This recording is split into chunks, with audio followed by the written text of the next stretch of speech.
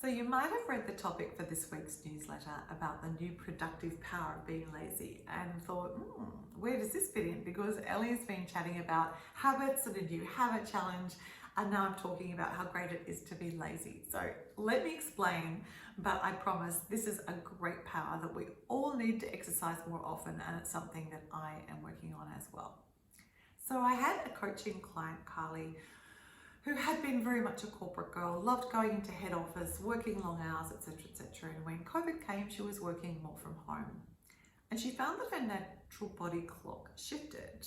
So she's always been a little bit of a night owl, but now she became a major night owl.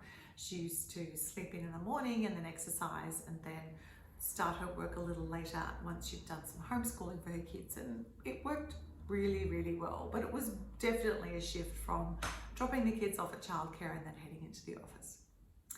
And she's now at the situation where she has to go back to the office a couple of days a week, and she's struggling with this shift, and she's thinking of, is it possible to ask if I can go into the office a little later, or will they think I'm being lazy?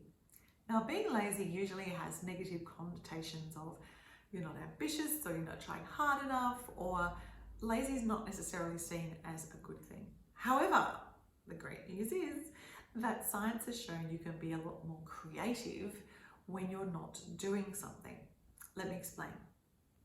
So when you're focusing on a task, even if you're taken into a room and let's say it's a brainstorm on a new product for your company or a new process or something different that everyone's trying to achieve, the very fact of being in a meeting means that less likely you're going to come up with a solution than if you were doing nothing at all.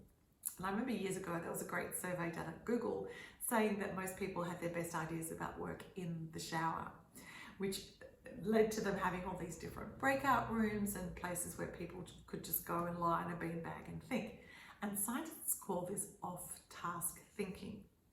So you might find, for me, it's the beach. I go for a walk along the beach and I get so many good ideas.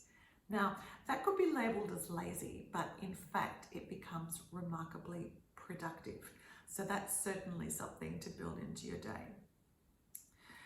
The other client I had, Alana, was really, really struggling once again with COVID and a shift in her day.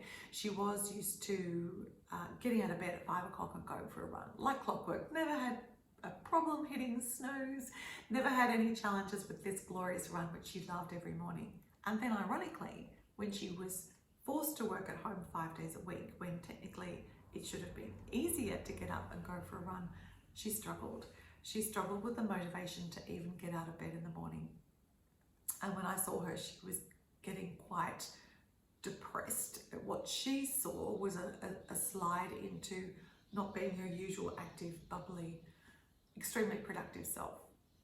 So what we did is we devised a couple of periods of enforced doing nothing. I didn't want to call it laziness, but really first thing in the morning and last few minutes at night before she fell asleep, she used my confidence increasing technique of reversing her to-do list.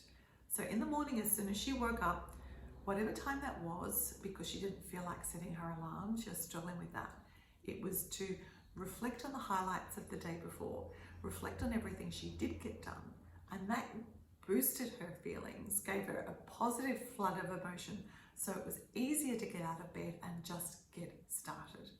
And the same thing at night. Whatever you think of just before you fall asleep is going to be the first thing your subconscious thinks of in the morning.